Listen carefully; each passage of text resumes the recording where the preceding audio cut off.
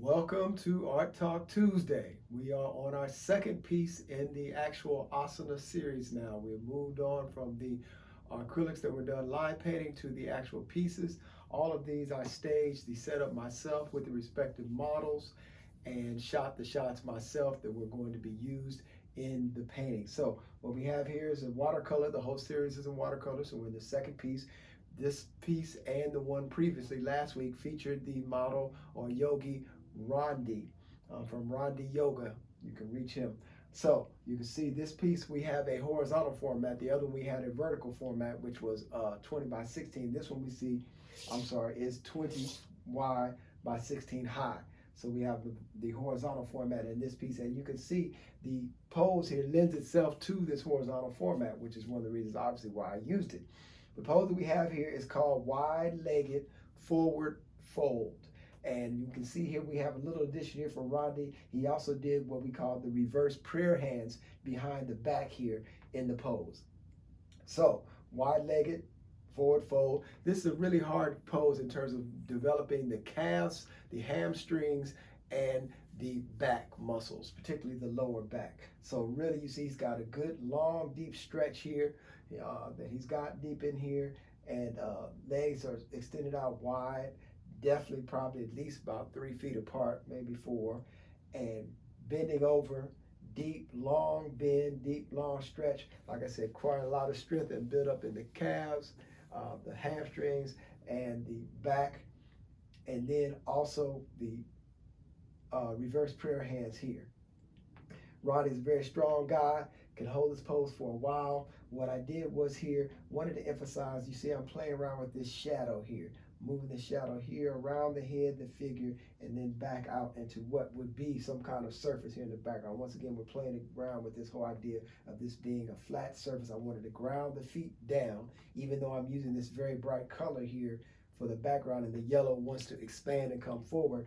I pushed some orange down here to kind of bring that sense of it going back, to kind of push it back, and then we have the sense of going back into space. The figure you see is in space, and then here we just have this flat kind of graphic, so you get that push and pull once again that I like to create in all my images. This symbol here is supposed to be my own kind of little just made up kind of unilome symbol, this whole idea of the heart and the opening of the heart, expansion here. You see this heart shape, and then the opening here. So the heart being opened up, even though this wouldn't technically be considered a heart opening pose.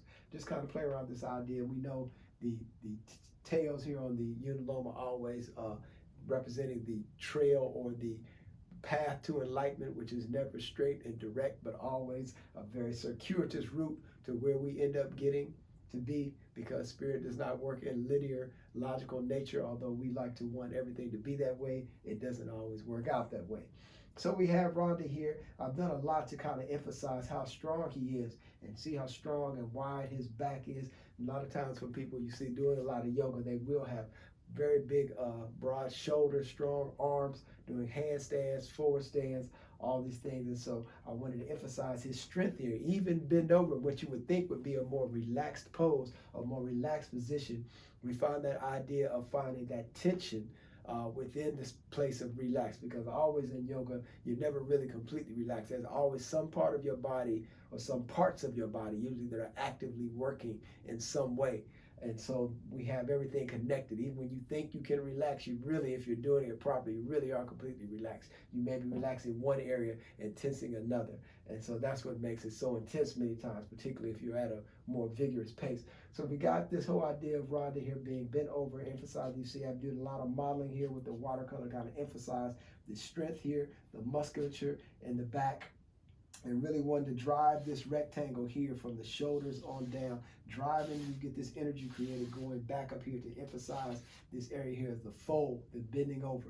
Then I put the arms here out so we get this shape coming out and bringing you back in. So we've got kind of a counter motion here in terms of the composition. You've got this triangle pulling you in this way, and then you've got this triangle here pulling you back down this way with the hands coming together. You see the hands are in folded position, reverse prayer position, and then the head dragging down here. So you get this motion of entering the visual plane here, and you can come in and up through this way, or you can come in and up through that way.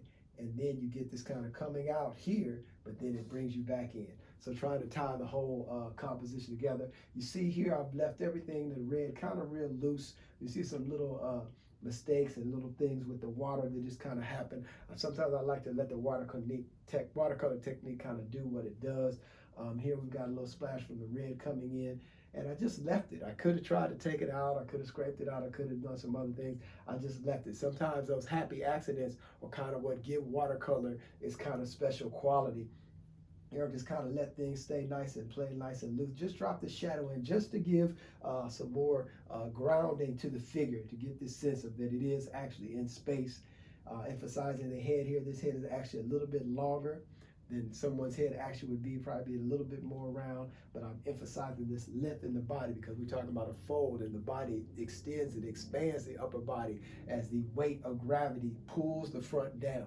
So you have this tension in the legs because you actually want your kneecaps to be raised. So your legs, you have the tension, and they're holding this forward position of the body and this extension going down as the gravity pulls, and yet you see the tension of him pulling it back up. So that's what we're playing with in this piece.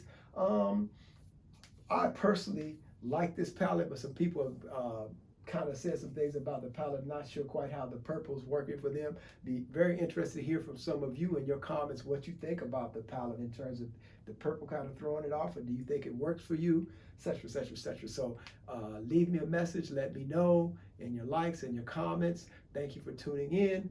See you next week. Peace.